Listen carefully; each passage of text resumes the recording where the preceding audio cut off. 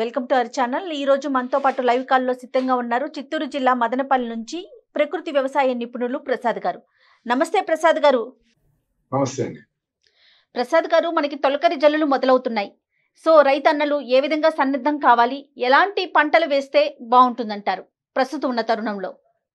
Actual గా ప్రపంచమంతా ఇప్పుడు ఈ corona, before corona and after corona అనుకునే లెవెల్లో ఆలోచనలో ఈ జీడిపిలు, సాఫ్ట్వేర్, రకరకాల బ్యాంకులు, ఇండస్ట్రీస్ అన్ని జీడిపిలన్నీ కొలాప్స్ అయిపోయి మొత్తం అందరూ మంచిగా వానలు పడి రైతులు పంటలు బాగా పండితే మా దేశము జీడిపి వ్యవసాయం మీద ఆధారపడే లెవెల్లో ప్రతి ఒక్కరు ఆలోచిస్తూ ఉంటారు.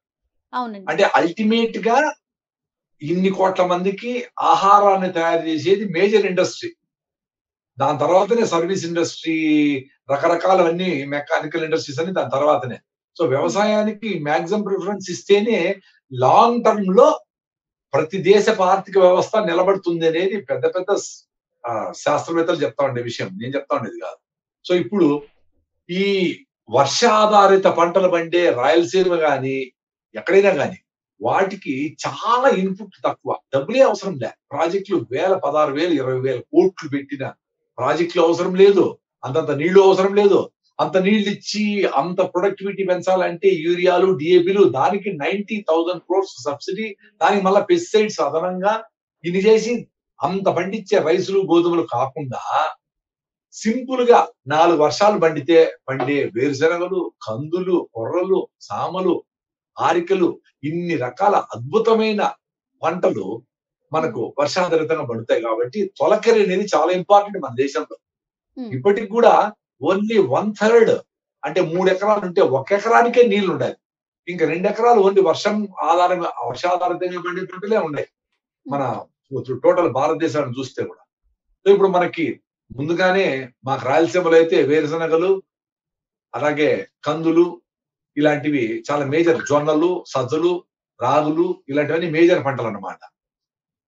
మనము ఈ పంటలను ముఖ్యంగా మంచి విత్తనాన్ని సేకరించుకొని రైతులు గవర్నమెంట్ మీద ఆధారపడి గవర్నమెంట్ చేసే సబ్సిడీలో ఇంకోటో వాళ్ళు ఇచ్చేటివి ఇస్తారు, కానీ ప్రతి ఒక్కదానికి గవర్నమెంట్ మీద ఆధారపడకుండా మీరు మంచి జొన్నలు మీ తాతకాలం నుంచి వచ్చినవి, ఆ జొన్నలే ఆ చిన్న బ్లాక్ లో ఏది జబ్బు వచ్చిందో, ఏది భిన్న ఫ్లవరింగ్ వచ్చిందో, ఏది లేట్ గా ఫ్లవరింగ్ వస్తా ఉందో, దేనికి ఆకులు డిఫరెంట్ గా ఉన్నాయో అవన్నీ తీసేసి ఆ చిన్న ఏరియాలో మీరు విత్తనం చేసుకుంటే మీరే పెద్ద సైంటిస్ట్. యూనివర్సిటీ చేసేది కూడా అదే పనే, కానీ దేశీయ విత్తనాలు అంటే మళ్ళీ మీరు రీయూజ్ చేసుకుంటా ఉండొచ్చు. సో మళ్ళీ మనం ప్రతిసారి కంపెనీలకి, గవర్నమెంట్ మీద అట్లా ఆధారపడే పని లేకుండా మన విత్తనాలు మనం పెట్టుకొని వేప కషాయాలు, మన గోమూత్రంతో చేసిన కొన్ని పెస్టిసైడ్స్, పుల్లటి మజ్జిగ, బ్రహ్మాస్త్రము, డిఫరెంట్ ఆకుల కషాయాలు, వీటన్నిటితో ఇది కాక టెక్నికల్ గా కూడా ఎంజైమ్స్, టానిక్స్ లాగా బయో ఎంజైమ్స్, ఫెరమోన్ ట్రాప్స్, అంటే లింగాకర్షక బుట్టలు. వేరే మనకు సీతాఫలంకాయలో లేదా మామిడి పళ్ళకి వచ్చినప్పుడు తెల్ల పురుగులు వస్తాయి, అవి రాకుండా మనం ముందుగానే లింగాకర్షక బుట్టలు పెట్టేస్తే పురుగులు వచ్చి అటు పడిపోతాయి. సో మనకి సో ఇవన్నీ డిపార్ట్మెంట్ వాళ్ళ ద్వారా లేదా యూట్యూబ్ ద్వారా నేర్చుకొని అవి ఎట్లా తెప్పించుకునే దానికి ఉన్నాయి. చాలా మంది యూజ్ చేయాలి. ఇప్పుడు మామిడికాయ ఈ సైజ్ లో ఉండేటప్పుడు 1 ఎకరానికి 8 లింగాకర్షక బుట్టలు, ఒకటి 40-50 రూపాయలు ఎంత అవుతుంది. వాటిని పెట్టేస్తే మీకు పురుగులన్నీ దాంట్లో పడిపోయి మందు కొట్టే పని లేదు. సో మందు కొట్టాలంటేనే ఇంకా మీకు 40-50 వేలు ఖర్చు అవుతుంది, కానీ లింగాకర్షక బుట్టకి అంత ఎక్కువ ఖర్చు కాదు.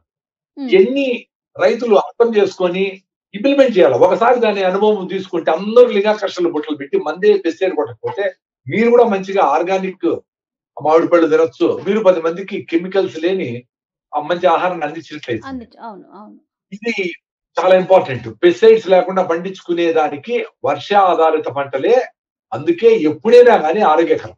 ఎందుకంటే వర్షం పడితేనే వాటి పంట పండుతుంది కాబట్టి, లేకపోతే పంటలే పండవు కాబట్టి రైతులు ఎవరు దానికి డిఏపీలు, యూరియాలు, మందులు కొట్టరు.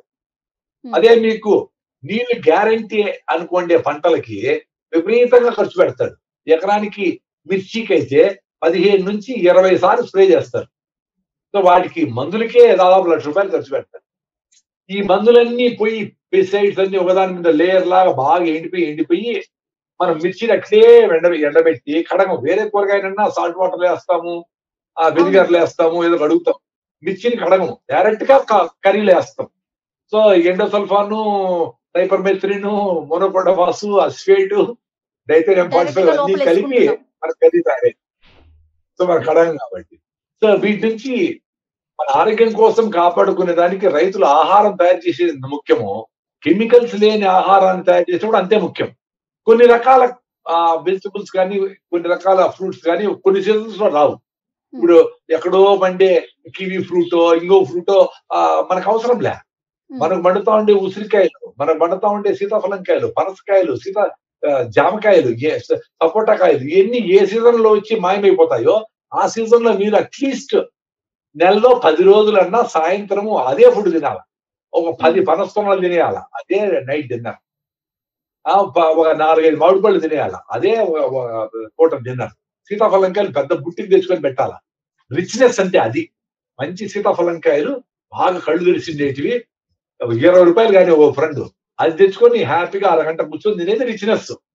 హ్మ్. డైమండ్ నెక్లెస్ ఏసుకొని అదెవడు పెరికేసుకుంటారో అని భయంగా కరెంట్ పోతే ఎట్లా అని దాన్ని కప్పుకొని అది రాత్రిపూట లాకర్ చేసి దాన్ని ఎవడెత్తిపోతాడని కాసుకొని బెడ్ మీద చూసుకుంటా ఎందుకు ఈ బాధలు? అది కాదు రిచ్‌నెస్ అంటే.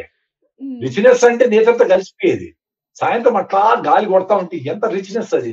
అది చూసే టైం కూడా ఉండదని సాఫ్ట్‌వేర్ వాళ్ళు చాలా మంది వాపోతా ఉంటారు నా దగ్గర. మేము సాయంత్రం బయటొస్తే వాన పడి ఎళ్ళిపోయినట్టు తెలుస్తుంది సార్. మాకు సౌండ్ కూడా తెలీదు. ఎందుకంటే మొత్తం ఏసీ కదా సార్. మాకు సౌండ్ తెలీదు. మొత్తం కట్టెలు ఏసింటాం అట్లుంటాం. అరే! అట్లే ఎంత బాధాకరమైన విషయం అది. మేము వానలోనే ఇప్పుడు స్విమ్మింగ్ చేసేదానికి పోతా ఉన్నాం.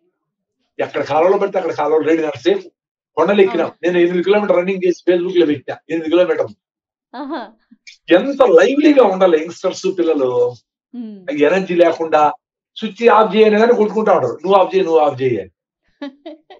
ఇంకొక ముఖ్యమైన విషయము సెంట్రల్ గవర్నమెంట్ వారు ఈ లోపల ఆహ్, మొత్తం రిస్ట్రిక్షన్స్ అన్ని తీసేసామని మన మినిస్టర్ నిర్మలా సీతారామన్ గారు మొన్న డిక్లేర్ చేశారు. అవునండి. అది మరి ప్రకటించారు. ఎంతవరకు ఇంప్లిమెంట్ అయిందో తెలీదు కానీ, అది గాని వస్తే మన రైతులందరూ వ్యవసాయ ఉత్పత్తుల్ని ఎక్కడికైనా తీసుకోవచ్చండి. హ్యాపీ హ్మ్. గదా! ఇప్పుడు చాలా మంది వ్యాపారస్తులు ఏమంటారంటే, అయ్యో! ఎక్కడ బార్డర్ దాటితే ఒప్పుకోరాడా? అవును. వాళ్ళకందరికి డబ్బులియ్యాలా? ఇటు పోవాలా? అని జెప్పేసి మన దగ్గర తక్కువ కొంటా ఉంటారు. హ్మ్. సో మనకి రైతు తీసుకొని అమ్మలేకపోయినా, ఆ కొనే వ్యాపారస్తులు కూడా ఫ్రీడమ్ ఉంటే వాడు కూడా రూ. 10 ఎక్కువ ఇస్తారు కదా! వాడికి రూ. 20 ఇస్తే మనకు రూ. 5 ఇస్తారు కదా! అవునండి. ఆశ్చర్యకరమైన విషయం ఏంటి ఎక్కడో తయారైన లిక్కరు ప్రతి రాష్ట్రానికి వస్తది. రిస్ట్రిక్షన్ లేకుండా. ఆ రైతు పండించిన వేరుశనక్కాయని మేము పక్క తీసుకోలేము. రైతు పండించిన వరి ధాన్యాన్ని పక్క స్టేట్ తీసుకోలేము. దాని మధ్యలో అంతా చెక్ పోస్ట్‌లేసి, ఒక్కో చెక్ పోస్ట్ దగ్గర 5 మంది, 10 మంది ఎంప్లాయీస్. హ్మ్. ఒక్కొక్కరికి రూ. 50,000 జీతం, రూ. 1,00,000 జీతం. ఇక్కడ ఎంఆర్ఓ ఆఫీస్‌లో సర్టిఫికేట్ ఇచ్చేదానికి జనాలు ఎవరు ఉండరు. వాళ్ళందరిని హ్మ్. తీసుకొచ్చి ఇక్కడేసి ప్రజల కోసం ఉపయోగించుకోవచ్చు కదా! ఎక్కడ ఎక్సెస్ ఉండదు. ఎక్కడ అనవసరంగా ఎందుకు వాళ్ళందరినీ ప్రజల డబ్బులతో ఎంప్లాయీస్‌ని ప్రజలకు ఉపయోగపడేది ఎక్కడ అవసరమైతే అక్కడ వాళ్ళకి సింపుల్ ట్రైనింగ్‌తో ఉపయోగించుకునేట్టుగా పెట్టుకోవచ్చు. అసలు వ్యవసాయ ఉత్పత్తులు నిలిపి నువ్వు ఎక్కడి నుంచి తెస్తా ఉండవు? ఏముండాయి దాంట్లో? ఏ గుడికి పిలిచినావు? ఎందుకు? దాంట్లో వ్యవసాయ ఉత్పత్తి కాకుండా పోతే ఇమ్మీడియేట్‌గా సీజ్ చేయడం అది చేయొచ్చు. అంటే వ్యవసాయ ఉత్పత్తుల ముసుగులో అవును. అవును. ఇంకేమన్నా తప్పుడు పనులు చేస్తుంటే ఎప్పుడైనా పెద్ద పెనాల్టీ యేసుకొని చట్టాలు మార్చుకోవచ్చు. హ్మ్. బట్ నిజంగానే వ్యవసాయ ఉత్పత్తులైతే హ్యాపీగా హ్మ్. వాడు ఢిల్లీకి అమ్ముకొని ఎక్కడికైనా అమ్ముకొని సో అదొకటి చాలా ఈ కరోనా ఆహ్, డ్యామేజ్‌తో రైతులకి అయిండే కష్టాల్ని కొంచెం కాంపెన్సేట్ చేయడానికి సెంట్రల్ గవర్నమెంట్ వాళ్ళు ఇది తీసుకొచ్చారు. ఇది హ్మ్. చాలా అద్భుతమైన విషయమే. సో, అది ఒకటి నాకు చాలా బాగా అనిపించింది. రైట్ అండి. ఏది ఏమైనా సీజనల్ పంటలను వేయమంటారు రైతన్నలని. ఆ! ఈ సీజన్‌లో మనకి ముఖ్యంగా రాయలసీమలో అయితే వేరుశనక్కాయలు, కందులు కాకుండా ఇంకా జొన్నలు, హ్మ్. ఆనియన్స్, హ్మ్. మొక్కజొన్నలు ఇయన్నీ పెడతారు బోర్డర్‌లో. కొన్ని హ్మ్. బంతి పూలు, ఇంకా కొన్ని మస్టర్డ్ అంటే ఆవాలు, కొన్ని నువ్వులు అన్నీ అంటే నవధాన్యాలు గూడా ఉంటాయి. ఇంటికి పనికొచ్చే చాలా రకాల మొక్కలు చేసుకుంటారు. హ్మ్. ఇప్పుడు మునగ చెట్లకు కూడా ఇప్పుడు సీజను. ఇప్పుడేసుకుంటే మనకి ఫిబ్రవరిలో 8 నెలల తర్వాత మునగ చెట్లు కూడా వస్తాయి. అవునండి. మునగాకు ఐరన్ బాగా పెంచుతది. ఆ! మునగ చెట్టు న్యూట్రి సాయిల్ న్యూట్రిషన్ పెంచేదే కాకుండా ఆ మునక్కాయలు అందరికీ తెలిసిన అద్భుతమైన వెజిటబుల్ కాబట్టి ఆ ఇంకా ఖరీఫ్ లో మొత్తం అందరూ వరి ధాన్యానికి రెడీ అవుతా ఉంటారు. వరిని యాక్చువల్ గా ప్రమోట్ చేయకూడదు అనేది మా ఉద్దేశము. అంత నీళ్ళని దారి మళ్లించి అంత వాటర్ తయారు చేసిన రైస్ ఎక్కువ మంది ఆ రైసే తింటా ఉంటారు. రైస్ కూడా వారంలో ఒకసారి 2 రోజులు తింటే పర్లేదు కానీ రైస్ చాలా మంది జీవన విధానం అయిపోయి అది సిగరెట్ మందన నిలిపేస్తారు కానీ రైస్ ను ఆపేదానికి చాలా కష్టంగా ఉంది. సో రైస్ ప్యాడీ పండించే రైతులు భూమికి ఫస్ట్ జనుము జీలగ అనేది గవర్నమెంట్ వాళ్ళు కూడా ఇస్తా ఉన్నారు. స్టేట్ గవర్నమెంట్ అన్ని విత్తనాలు ఇస్తా ఉన్నాయి. ఆ జనుము జీలగ విత్తనాలు వేసి వాటిని 60-70 రోజుల తర్వాత భూమిలో బాగా తొక్కించి కలిపేస్తే మనకి ఇప్పుడు ముందైతే చెట్లు ఉండేవి. ఆ చెట్లు ఆకులన్నీ కొట్టి వేసి దానిలో వరి మొక్కలు నాటేవాళ్ళు. కానీ అది కుళ్ళేదానికి మొదలైనప్పుడు 20 రోజులు వరకు మనం నాటకూడదు.